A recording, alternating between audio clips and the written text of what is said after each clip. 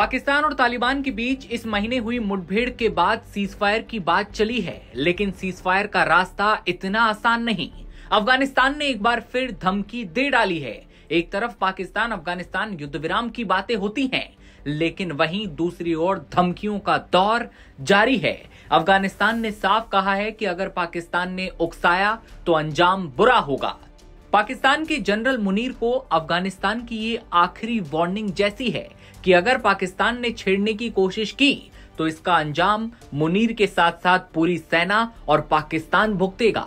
कंगालिस्तान को ये धमकी अफगानिस्तान के गृह मंत्री सिराजुद्दीन हक्कानी ने दी है। सिराजुद्दीन हक्कानी ने इस्लामाबाद पर अपने घरेलू संघर्ष को अफगानिस्तान के अंदर फैलाने का आरोप लगाया और धमकी दी कि इसका अंजाम बुरा होगा। कभी पाकिस्तान की कुख्यात आईएसआई के दुलारे रहे हक्कानी की धमकी ऐसे समय में आई जब पाकिस्तान अफगान सीमा पर तनाव बना हुआ है। हालांकि इस्तांबुल वार्ता में दोनों पक्षों ने युद्ध विराम जारी रखने पर सहमति जताई, लेकिन खतरा बना हुआ है। दोनों पक्ष बारूद की ढेर पर बैठे हैं, जिसमें जरा भी चिंगारी भयानक युद्ध को भड़का सकती है। ऐसे में तालिबान में एक शक्तिशाली हैसियत रखने वाले और हक्कानी नेटवर्क के प्रमुख की धमकी पाकिस्तान के लिए खतरे की घंटी है। असीम मुनी और शहबाज शरीफ दोनों खौफ में हैं। सिराजुद्दीन हक्कानी ने कहा, हमारे पास लंबी दूरी की मिसाइलें या शक्तिशाली हथियार नहीं हैं, लेकिन हमारा संकल्प और दृढ़ निश्चय मजबूत है। अगर हमारे धैर्य की फिर से परीक्षा ली गई तो जवाब विनाशकारी होगा।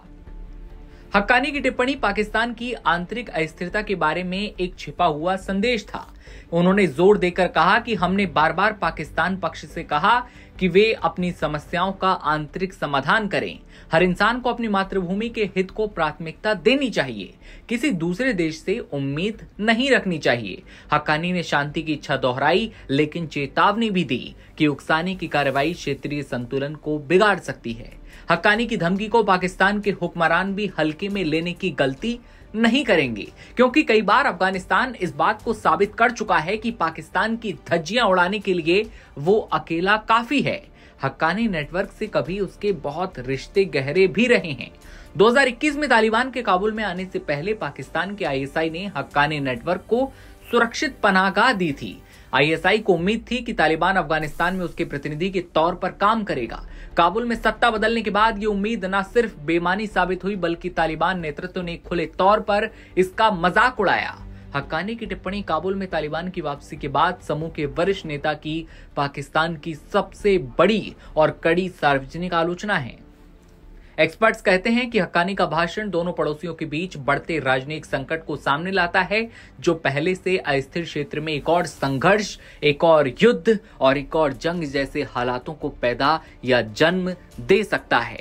इस खबर पर आपकी क्या राय है, कमेंट सेक्शन में बताइए और तमाम खबरों के लिए बने रहिए नवभारत टाइम्स के साथ।